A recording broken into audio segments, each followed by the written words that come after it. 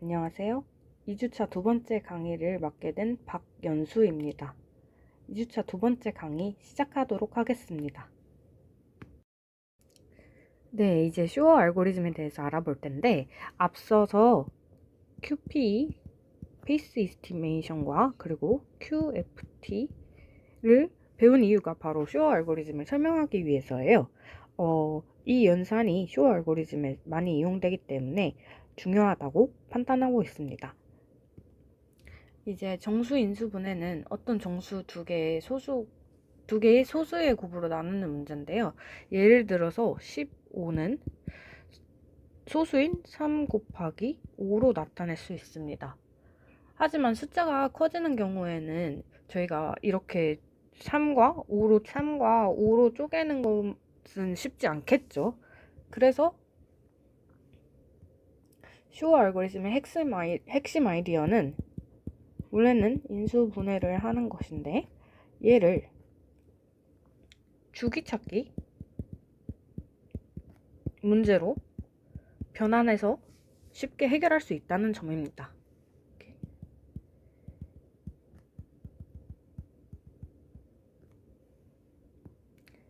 네, 그래서 전체적인 큰 개요도는 다음과 같고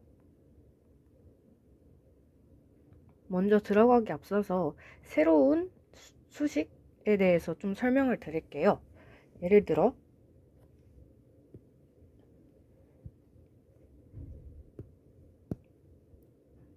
임의의 숫자 n과 그리고 1보다 크고 n보다 작은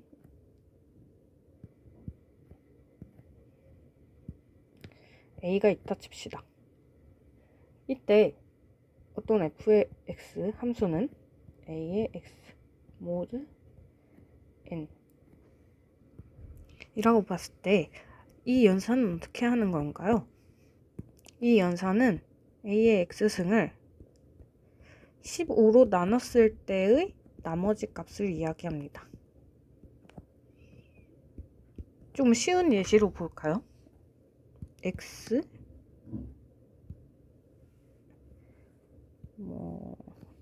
a 하고 n을 정해야 되는데 그쵸?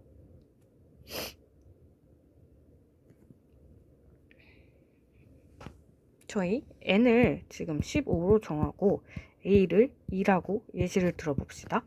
그렇게 되면은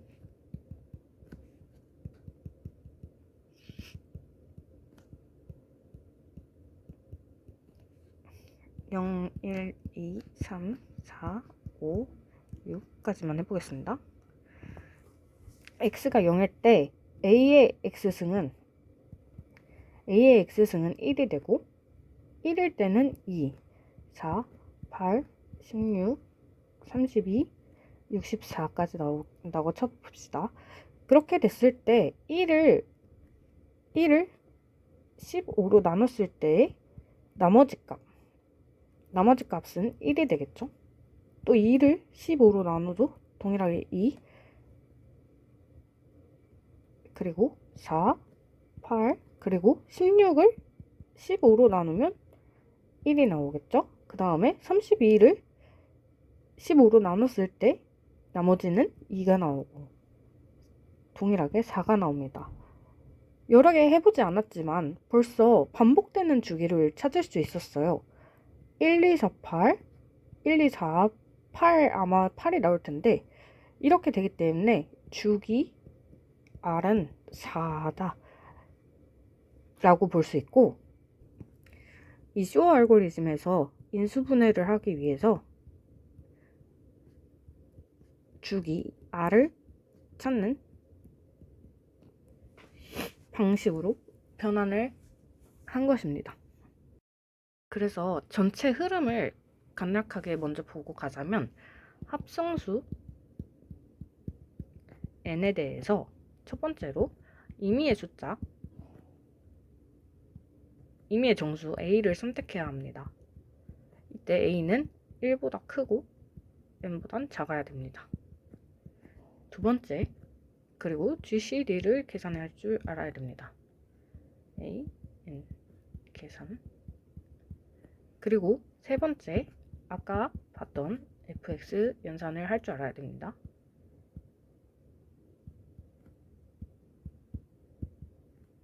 여기서 찾은 주기로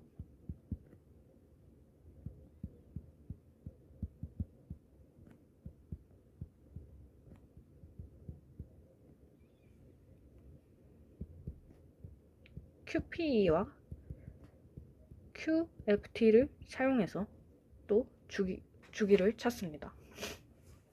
주기나 순서를 찾게 되는 거죠. 그래서 주기 R을 획득하게 됩니다. 그리고 조건 검사를 해야 돼요. R은 이분값만 가능하거든요. 이분값도 가능하고 이분값이어야 하고 그리고 조건 검사를 해봐야 됩니다. 실제로 서로 소였는지 n에 대해서 서로 소였는지. 그 7번. 그래서 GCD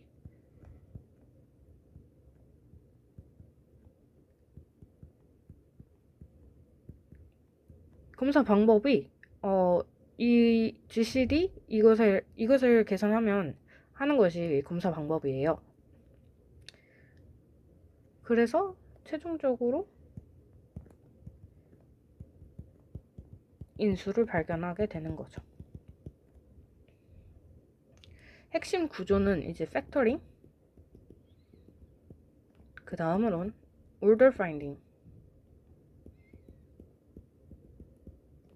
그 다음에 factoring result.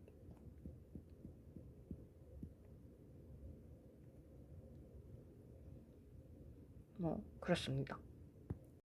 알고리즘은 고전과 양자 파트를 함께 쓴 하이브리드 알고리즘입니다. 일단 클래식 파트에서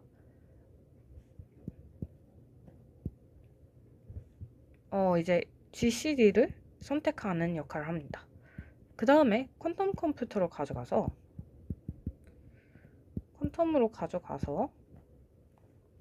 order finding을 하게 돼요.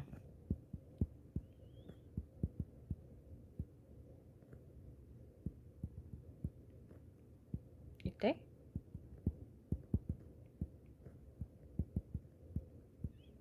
OP와 QFT를 사용해서 order finding을 합니다. 그 다음에 다시 클래식에 전달을 해줍니다.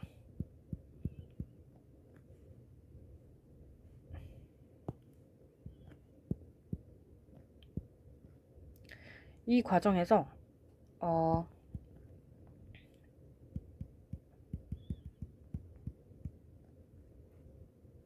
연분수의 개념이 들어가고 GCD도 한 번 더 해줘야 됩니다.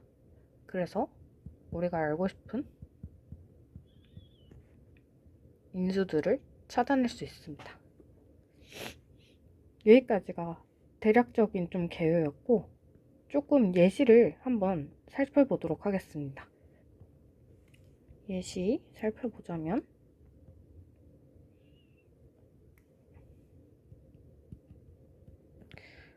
n과 a를 정의를 해야 되는데 저는 아까와 동일하게 n은 15 그리고 a는 2이다. 서로 소인 거 이미 알고 있지만 어떻게 하는지 보기 쉽기 위해서 이해를 돕기 위해서 15와 2를 선택했습니다.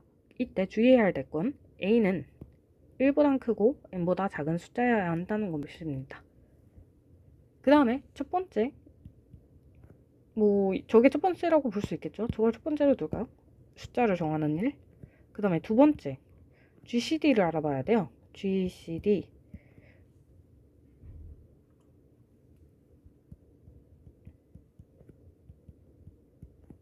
1이죠.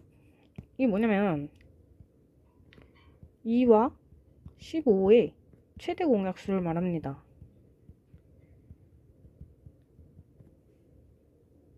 네, 만약에 GCD A N 얘가 1이 아닌 경우에는 이미 인수인 상태인 거죠. 그 다음에 세 번째로 주기함수를 정해야 되는데 이제 그 주기함수가 아까 배웠던 fx는 AX의 모드 n입니다. 이 함수가 주기적 함수입니다. 그래서 저희가 넣기로는 이제 이렇게 되겠죠.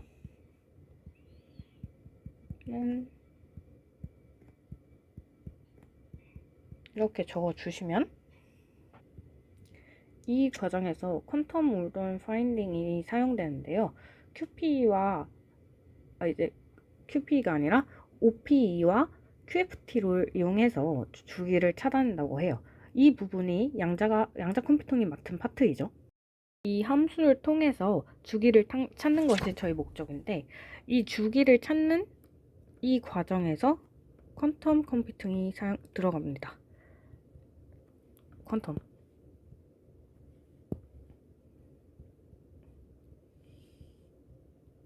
여기까지는 뭐 클래식이죠, 사실.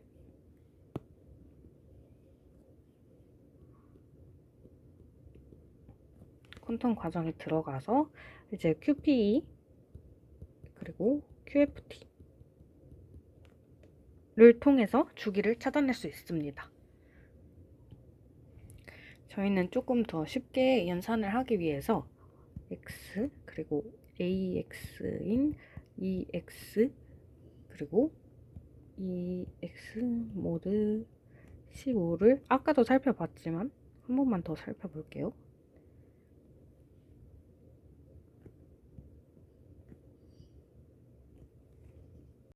X가 0부터 5까지 있다고 했을 때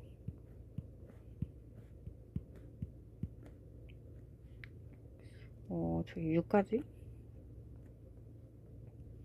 하면 2의 0승은 1, 2, 4, 8, 16, 32, 64까지 있죠.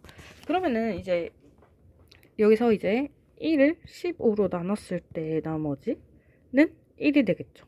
얘도 마찬가지로 2, 4, 8이 되고 16을 15로 나눴을 때 나머지는 1.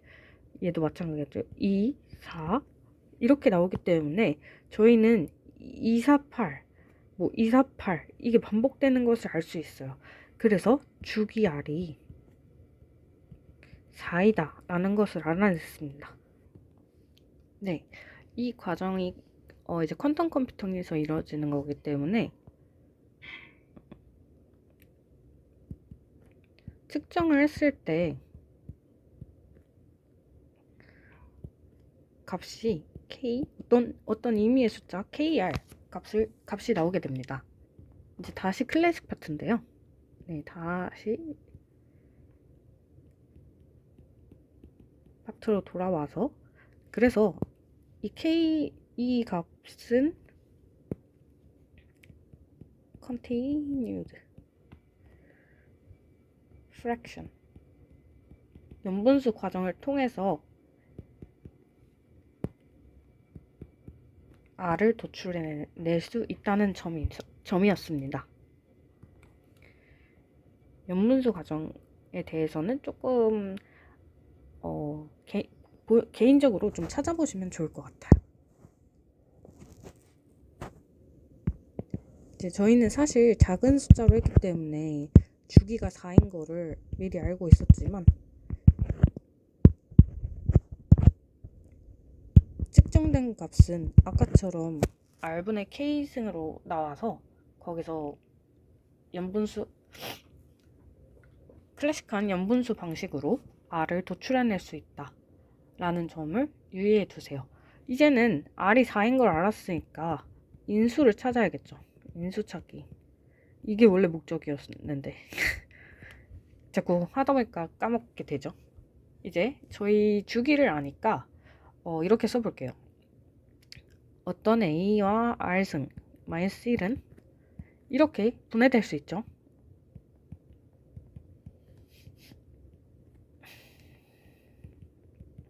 이렇게 분해될 수 있죠.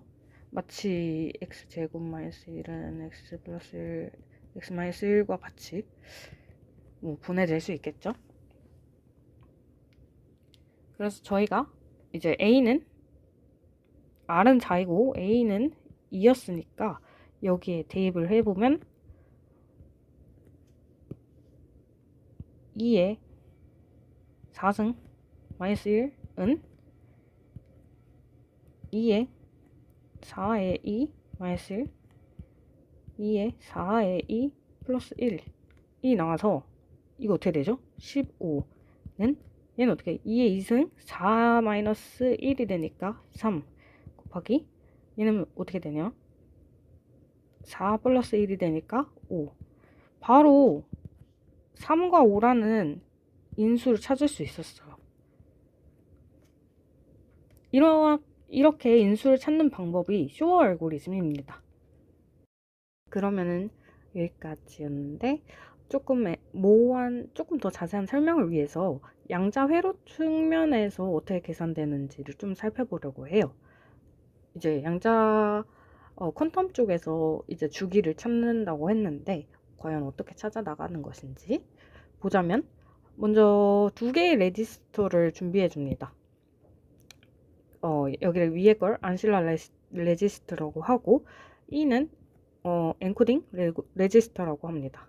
그리고 이런 함수 연산이 있고 그리고 QFT에 대한 연산 이렇게 이루어져 있습니다.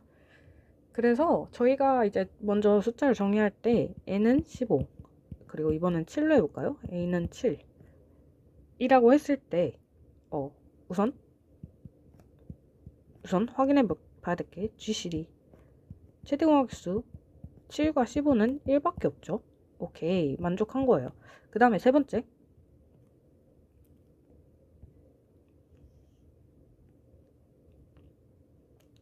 아니라 이제 우리가 계산하고 싶은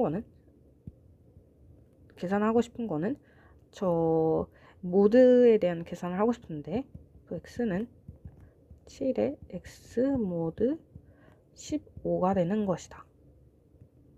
그리고 네 번째, 이 A 안실라 레지스터에 있는 큐비트들은 0 플러스 1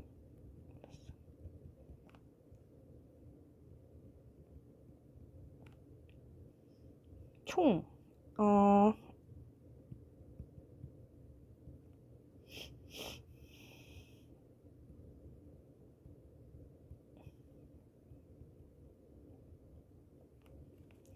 총 8개의 큐비트를 사용해서 256개의 스테이트를 가진다고 봅니다. 그리고 엔코딩 레지스터에서는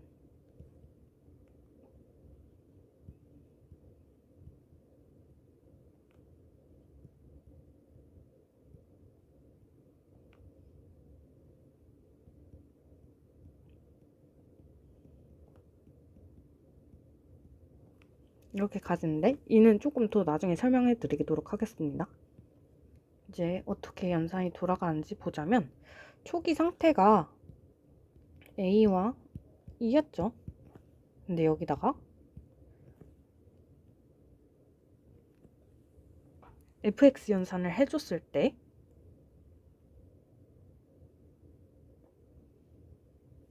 상태에서 우리 모드 계산하는 유니타리를 만나면 이제 이쪽 부분이 E 두 번째 큐비트가 이제 그런 계산을 하게 되게 되는 거겠죠. 그래서 적어보자면 0 1 1 7 두 번째에 대해서는 4 세 번째에 대해서는 13 갑자기 어려우신 것 같아서 얘는 이제 얘가 0이죠. 0이니까 7에 0에 모드 15니까 1 얘는 7에 여기가 1이죠. 1에 모드 15니까 7 그리고 여기는 7의 제곱 모드 15 2일 때죠. 2승으로 올라갈 때 49를 15로 나눴다 했을 때 몫이 3이고 45니까 나머지가 4인 걸 확인할 수 있죠. 그리고 얘는 7의 3승 모드 15 얘도 똑같이 계산해 보면 나머지가 13인 것을 확인할 수 있을 것입니다. 그래서 쭉쭉쭉쭉 계속 적어가 볼까요? 저희 그냥 4의 대 1 플러스 5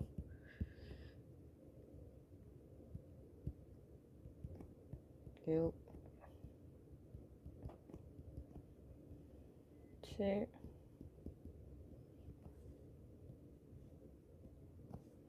이렇게 쭉 적다 보면 맨 마지막 한까지 나온다고 칩시다. 지금 8큐비트를 썼기 때문에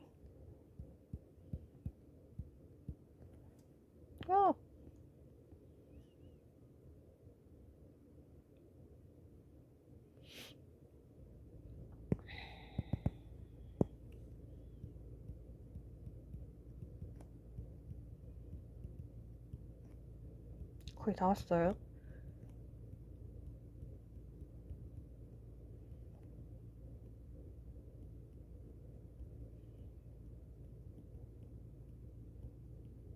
이렇게 나타낼 수 있어요. 다 더해서 저희가 조금 나눠서 써보자면 이제 1에 대한 것만 묶어볼까요? 이렇게 묶으면 어떻게 되죠?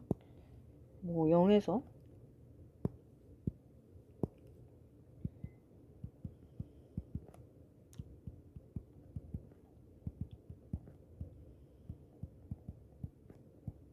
하고 1로 묶이고 그 다음에 2와 똑같게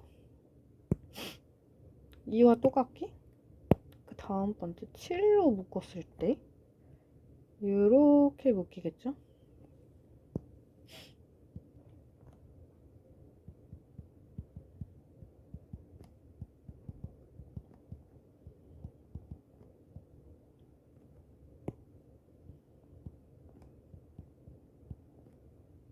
다음에 또 4로도 묶으면 동일하게 묶으면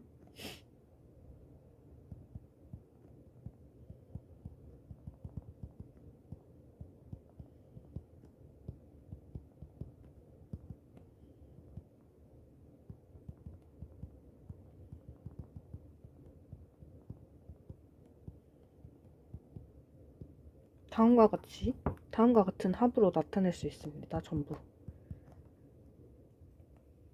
그래서 이와 같이 인코딩 레지스터에서 나오는 값끼리 묶었을 때도 이제 0, 4, 8 쭉쭉쭉쭉 해서 첫 번째 큐비트 안에서도 4개의 간격이 보이는 것을 확인할 수 있습니다. 그래서 두 번째 큐비트가 1일 때도 7일 때도 4일 때도 13일 때도 4개의 간격을 가지는 것을 확인할 수 있는데요. 이를 공통적인 구조가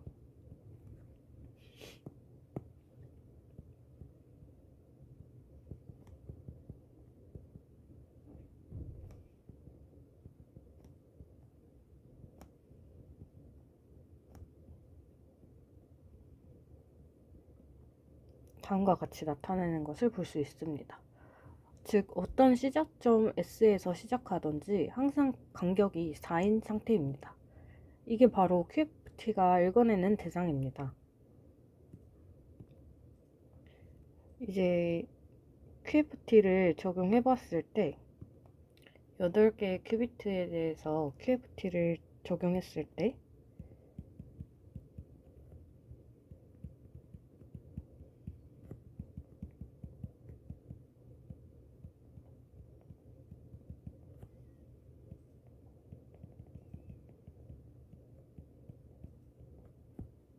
다음과 같이 쓸 수 있고, 예를 들어서 S가 0이면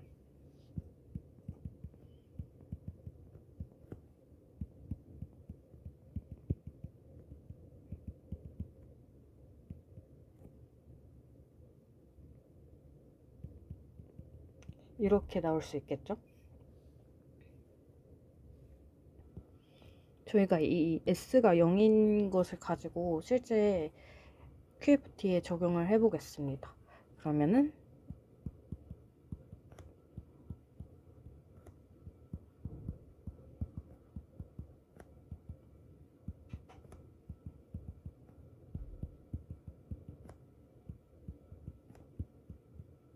다음과 같고,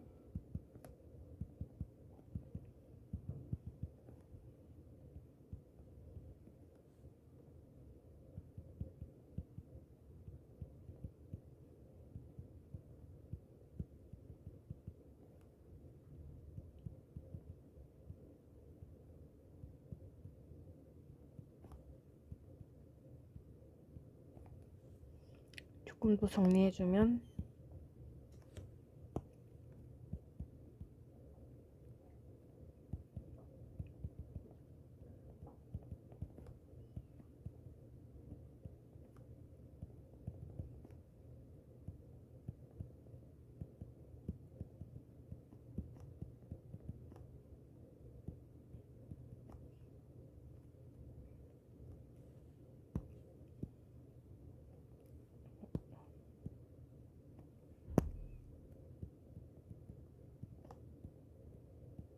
다음과 같이 정리가 될 수 있습니다.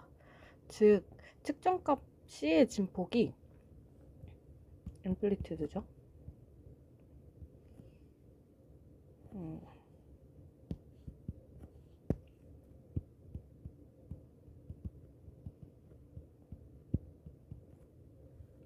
측정값 C의 진폭이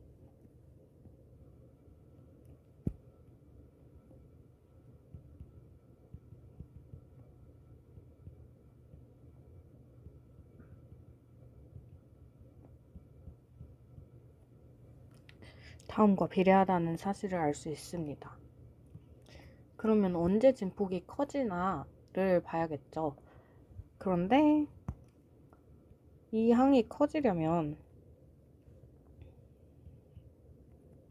각 항의 위상이 같아야 해요. 즉, 이 값이 1이 되어야겠죠? 1이 돼야겠죠? 그래서 C는 64에 다음과 같이 되고, 즉 C는 0, 64, 128, 92. 이때만 피크가 생깁니다. 따라서 QFT 결과가 다음과 같은데요.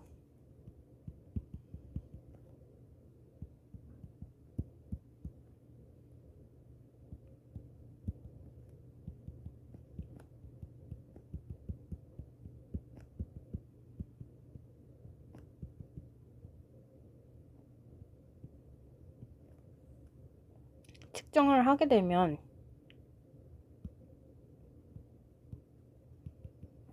0, 64, 128, 192가 각각 확률 14분의 1로 나오게 됩니다. 이제 여기서 얘네가 측정값이죠.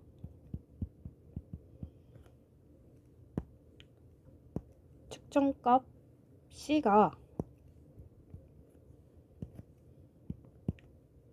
같은 동일한 확률로 가지고 있는데 뭐 각각 0일 때, 64일 때, 128일 때, 192일 때 중 하나가 측정이 되겠죠? 그러면 이 값은 각각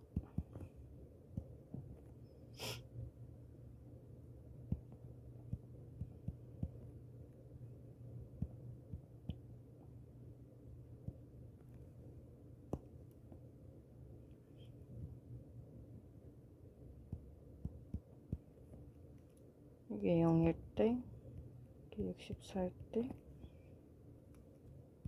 128일 때, 192일 때 각각 256을 C로 나눴을 때 다음과 같이 나오고 이 값이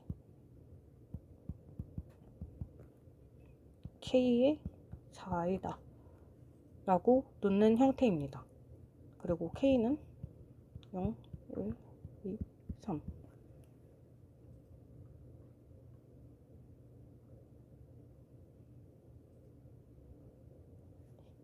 이게 바로 K의 R 형태이고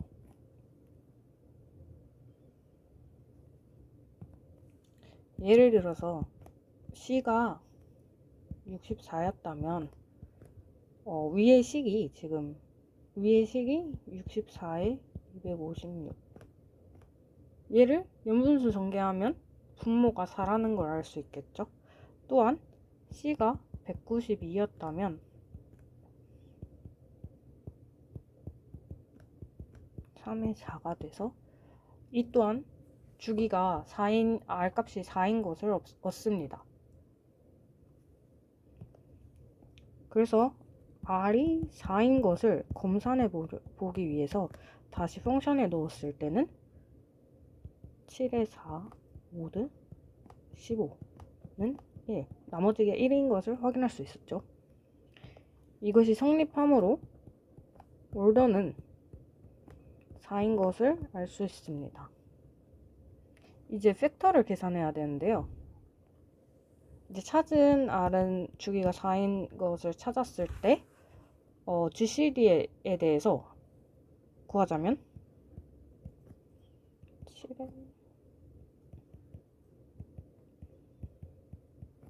얘는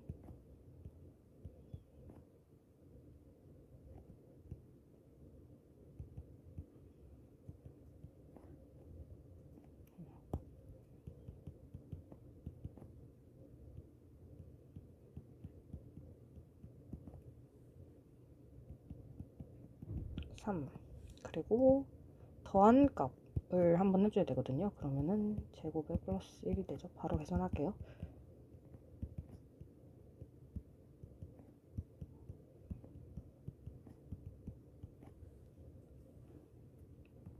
따라서 15의 인수인 3과 5를 동일하게 얻게 된 것을 확인할 수 있습니다. 좀 방금까지 했던 과정을 조금 요약해서 서머리를 드리자면 처음에 0 상태로 시작했죠. 8개의 큐비트를 가지고 그리고 아까 1을 설정했기 때문에 1이라고 쳤을 때 하다마드를 가했어요.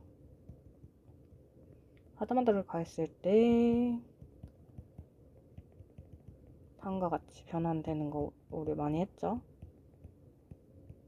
이렇게 되고 그 다음에 모드 연산을 해줍니다. 모드 연산을 해줬을 때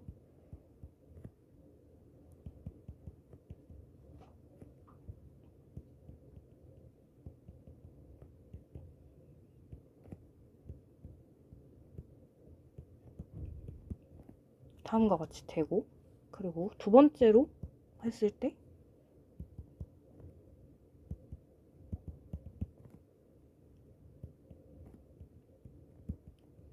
주기가 4만큼 차이가 나는 것을 알 수 있었고 그 다음에 QFT를 시켜줬습니다. 그랬더니 가장 큰 피크가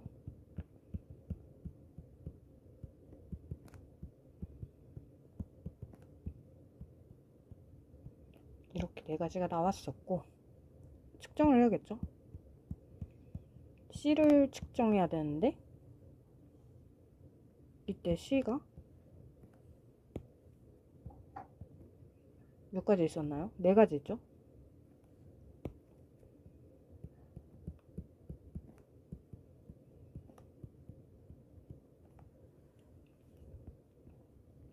몇 개, 4개 중에 어느 것을 해도 이제 KR 값에 대해서 얘를 보는데 전혀 무리가 없다.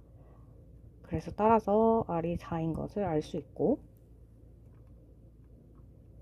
그 다음에는 이제 GCD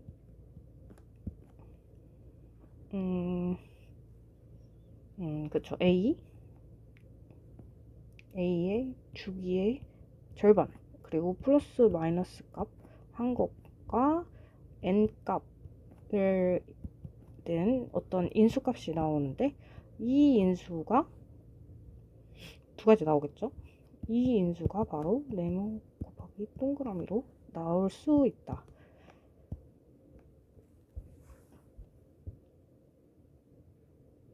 그래서 주기 찾기를 이용해서 인수분해를 할 수 있다는 것이 쇼 알고리즘의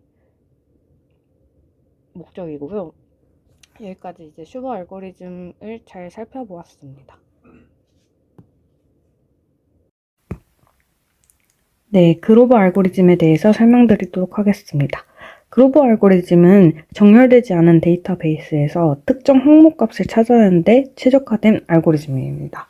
그래서 같은 문제에 대해서 퀀텀과 클래식의 시간 복잡도를 비교해 보았을 때 클래식의 경우에는 빅 O의 n, 그리고 퀀텀의 경우에는 빅 O의 루트 n만큼의 시간 복잡도를 가지는 것을 비교할 수 있었습니다.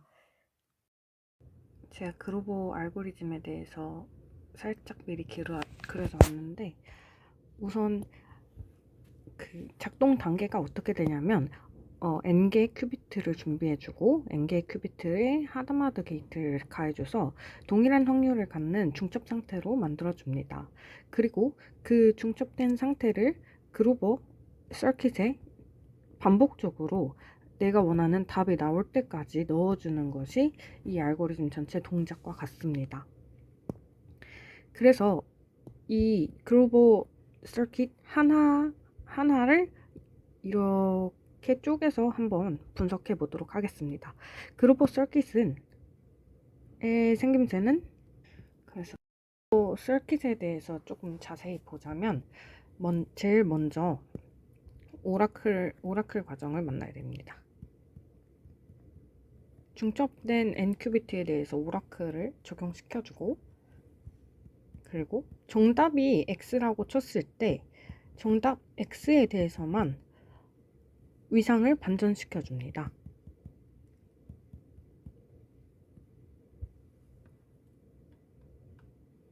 그 다음에 하다마다 있고, 그 다음에 디퓨저 회로라고 부르기도 하는데요. 여기서는 페이지가 0은 그대로 X의 페이지를 다시 뒤집어주는 역할을 합니다.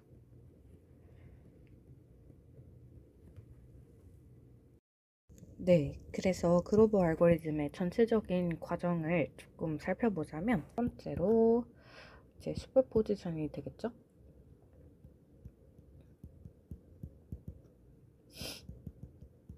그 다음에 두 번째로 오라클을 통해서 페이지를 플립해 줍니다. 정답에 대해서. 그쵸? 세 번째로 디퓨저인데,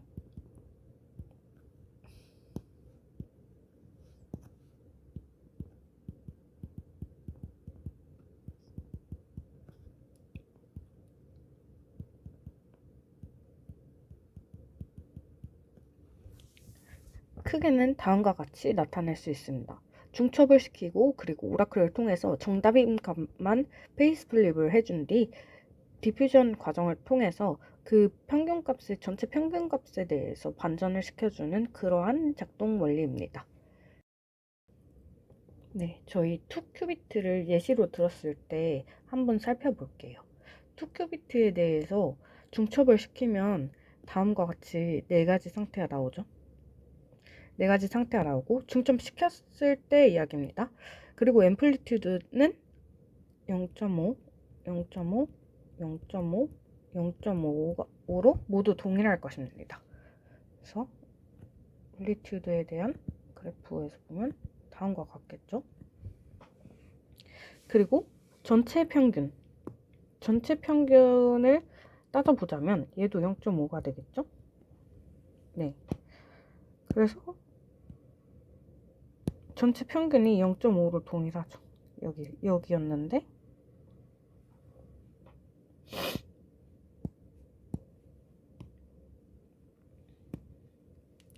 이제 저희 오라클 과정을 거치면 어떻게 될 것이냐 라고 봤을 때, 저희 정답 값을 만약에 1, 0 값이라고 해보자. 여기도 1, 0인데 뭐가 다 없어졌네요. 1, 0이었다. 네, 네. 그쵸? 1, 0이 정답이라고 했을 때, 그러면 이 1, 0을 이 X축에 대해서 반전시켰습니다. 그렇게 되면은 확률인 앰플리튜드 값은 각각 0.5, 0.5, 마이너스 0.5가 되고 0.5. 그래서 평균이 어떻게 되나요? 평균이 0.25로 줄어들게 됩니다.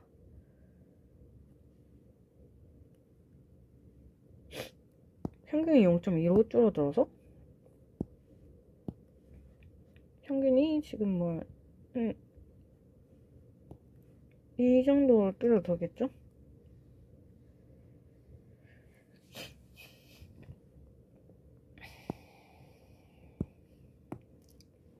그 다음에 디퓨전 과정을 겪게 되면 디퓨전 과정은 이제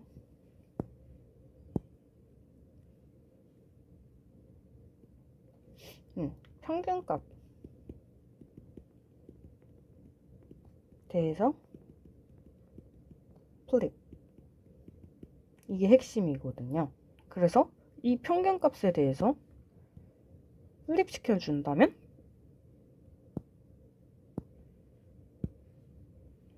이 정답인 1값은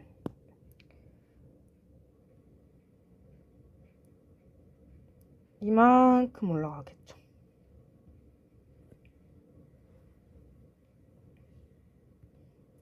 이런 식으로 이제 오라클과 디퓨전 과정을 반복해서 이 정답인 값을 계속 증가시켜서 정답을 도출해내는 거예요. 그래서 오라클과 디퓨전을 반복시키는 것을 글로벌 이터레이션 이라고 부릅니다. 이거를 구나 원 위에서 기하학적으로 표현을 하면 더 이해가 잘 되는 경우도 있기 때문에 한번 기하학적 분석으로도 한번 해보겠습니다. 그리고 솔루션, 정답이 여러 개일 때로 한번 해볼까요?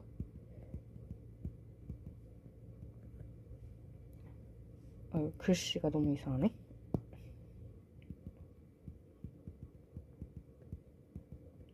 즉 전체 n개 중에서 정답이 n개 있다고 칩시다. 그러면은 차원에 대해서 기술을 할 때 n은 라지 n은 이걸로 쓰고 라지 m은 2의 m승이라고 쓰겠습니다.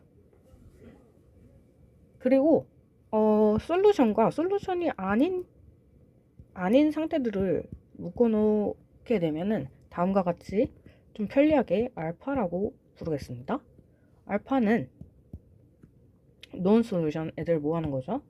n에서 m 값을 뺀 애들이고, 그리고 이렇게 나타나겠습니다.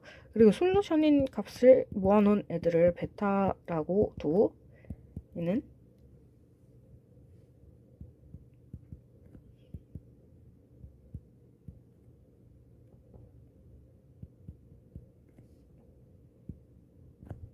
다음과 같이 정의를 하겠습니다. 그래서 initial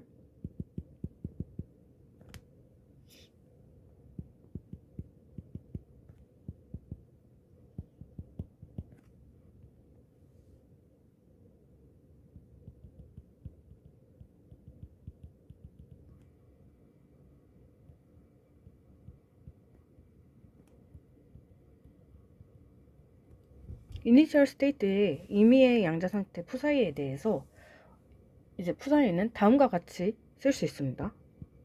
푸사이는 답이 있는 것과 없는 것의 합으로 나타내자면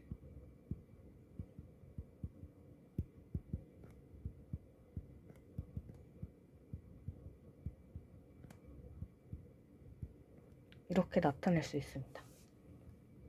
우리가 찾고 싶은 건 뭐다? 베타? 베타가 중요한 애들이다. 베타가 솔루션인 거죠. 근데 여기서 수학적으로 저희 접근을 해보자면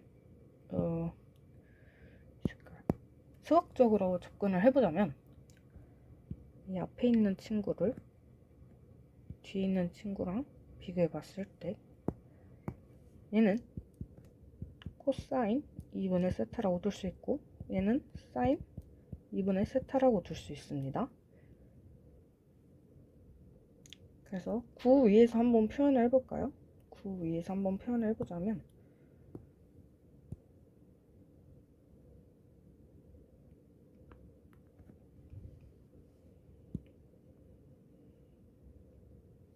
아무튼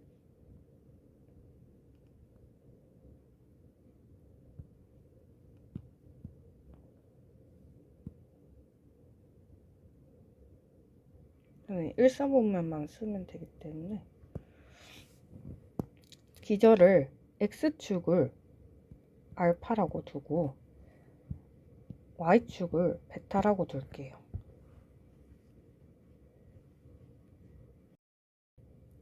우선 전제가 전체 n에 대해서 정답의 개수는 매우 작죠.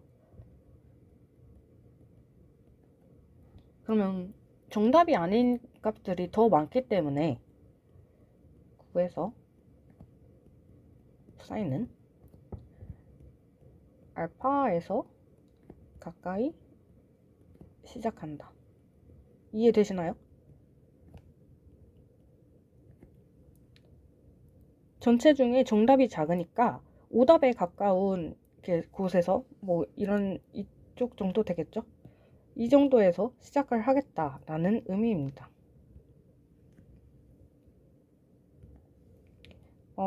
이 값이 첫 번째 초기 상태 푸사이라고 했을 때 여기는 세타가 되고 세타 임의로 뭐 적은 건데 네, 세타라고 했을 때 첫 번째가 이니셜 스테이트 푸사이가 여기에 있다 라고 했을 때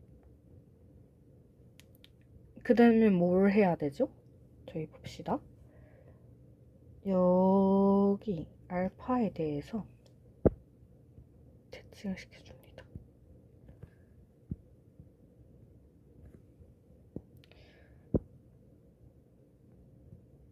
이것이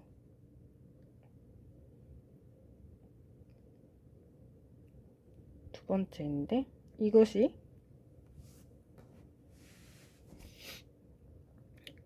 오라클 푸사이에 오라클을 가해준 반전입니다. 정답에 대해서 오라클 과정이 되고 그 다음에 세 번째로는 이 첫 번째 이니셜 스테이트 푸사이에 대해서 반전을 시켜줍니다. 그러면은 2세타 2세타가 되시는 걸 보이시죠? 여기에 대해서 푸사이에 대해서 반전을 시키니까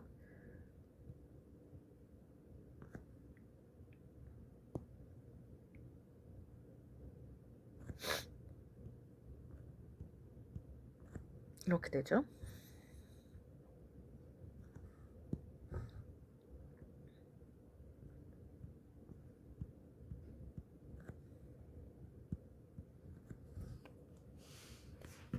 네, 디퓨저 시킨 겁니다. 그래서 전체적으로 나타냈을 때 그로버라고 쓰고 얘는 디퓨전 과정.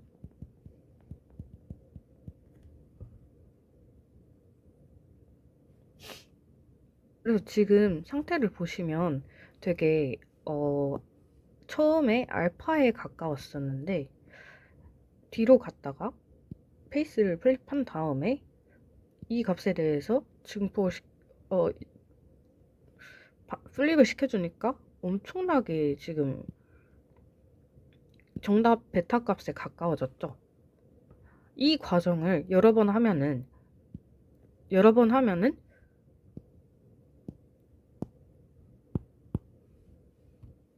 아이고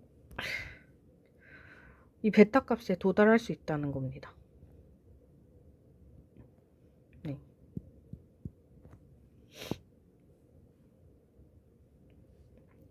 예스로 K번 반복 해서 소를 찾는다.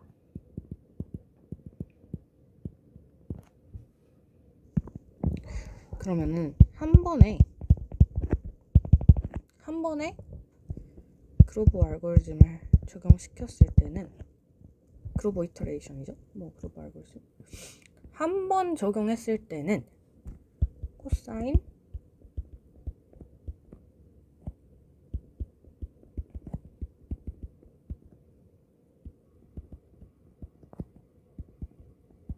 이렇게 되고, 정답에 충분하지 않다고 생각해서 뭐 여러 번 반복을 했을 때 K번 반복했다 칩시다. 이랬을 때는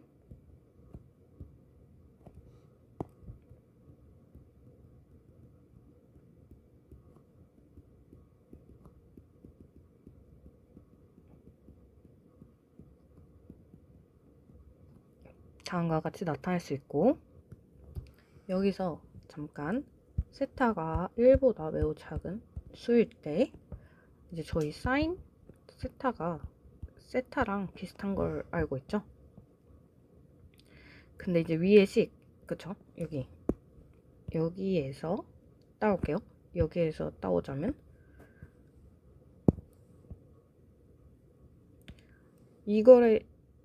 이거랑 비슷하게 그러면 사인 일 때는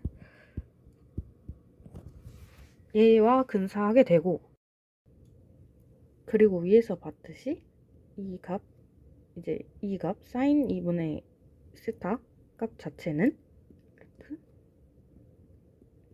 이렇게 되죠. 그래서 K번 했을 때 저희가 살펴볼 게 몇 번 만에 우리가 정답을 맞출 수 있을까? 정답을 맞추는 K 값을 알고 싶을 때 다음과 같은데,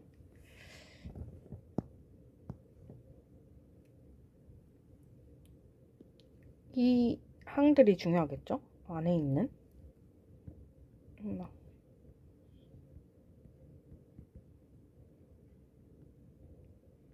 다시 보면, 그래서 이 항들에 대해서 써보면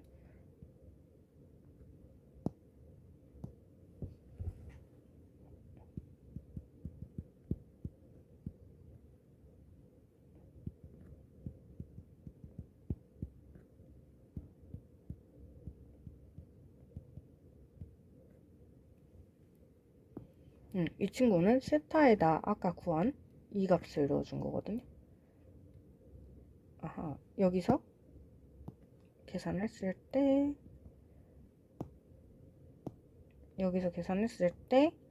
이제 세타는 2의 mn 이렇게 나온 것을 이 값을 여기다 대입한 것입니다. 그래서 이렇게 쓸 수 있고, 정리를 해보면 정리를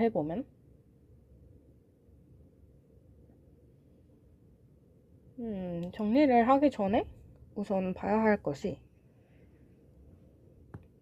저희 정답이 아닌 값들을 알파라고 두고 정답인 값을 베타라고 두었잖아요. 그래서 이 정답이 아닌 값 앞에 진폭을 0으로 만들면 되기 때문에 0으로 만들면 그 정답을 찾아낼 확률이 높아지겠죠. 그래서 얘를 코사인 2분의 파이가 되면 0이 되겠죠. 그래서 2분의 파이와 근사시킨다 라고 보면, 즉 이게 얘가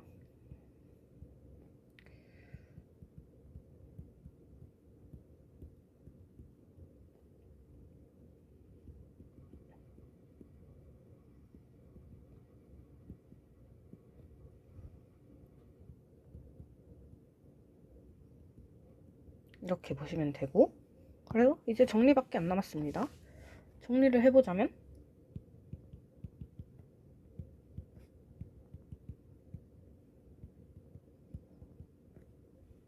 그래서 K는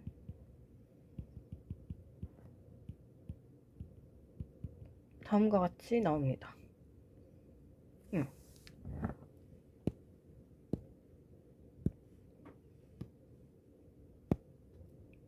이만큼 했을 때 그로버 알고리즘에서 K번 했을 때 정답을 나온다. 그 숫자가 이만큼임을 알 수 있어요. 근데 우리가 가정하기를 이제 전체 중에 정답인 값이 작다고 했으니까 m과 그리고 상수, 앞에 상수 얘는 생략시킬 수 있겠죠. 따라서 k는 루트 n번 반복하면 솔루션을 찾을 수 있다. 이게 그로벌 알고리즘입니다. 그래서 앞서 말씀드렸다시피 클래식에서는 빅 5의 이런 같은 동일한 문제에 대해서 빅 5의 n이었지만 퀀텀에서는 빅 5의 루트 n이다 라는 말을 할 수 있었던 것입니다. 그로벌 알고리즘은 여기까지 하겠습니다. 감사합니다. 네, 여러분 영상 끝까지 시청하시느라 고생 많으셨습니다. 다음에 또 좋은 기회로 만나뵙길 기대하겠습니다. 감사합니다.